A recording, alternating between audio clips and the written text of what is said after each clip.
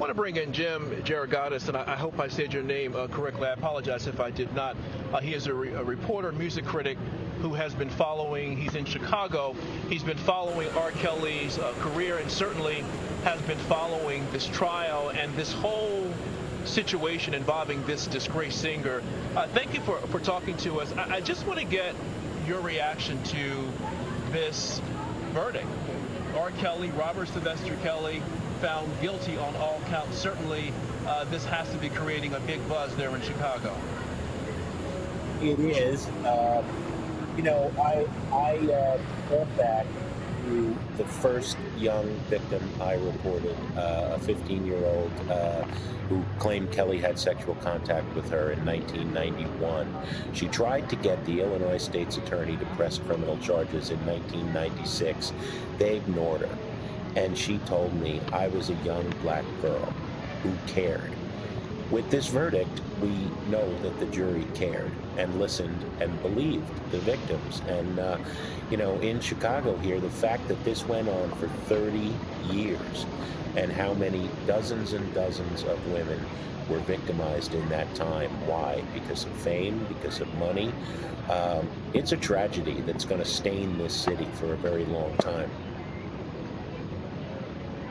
I certainly, when you talk about these victims of R. Kelly and sitting throughout this trial here in Brooklyn, certainly some of these women did not come from family of means. And so it's their word up against this megastar, certainly in a city where he is adored and celebrated constantly. But as you said a moment ago, this verdict sends a clear message. In fact, Jacqueline Kasula said that your voices were heard and justice was finally served.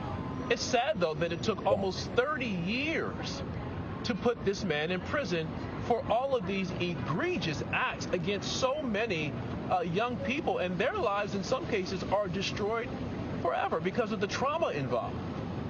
Well, I think, first of all, BNC has been doing by far best in this trial, and race is central to this. If it was one white girl from the suburbs, so many of the women I've interviewed, 48 over 21 years of reporting on this story, have said the same thing. One white girl in the suburbs, and this would have been a different story. But these were women of color, and this is an historic verdict above and beyond the fact that no musician in the history of popular music has been found guilty of charges this broad, spanning 30 years. Above and beyond that, this is the first Me Too verdict where the victims were all people of color. And I think that says something. The fact that it took 30 years is a tragedy, but let's hope we're moving in a different direction.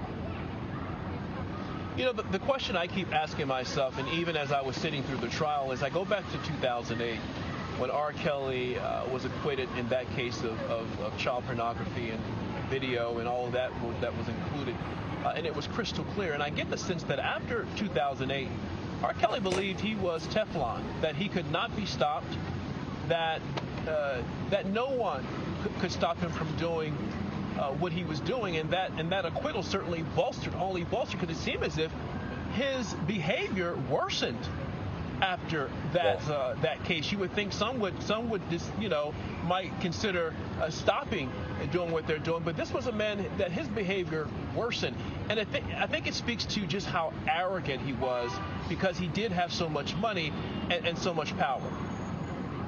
Oh, absolutely. There's no two ways about it. He got more blatant in his victimization of people. He thought he was untouchable. He thought his money could buy him out of anything.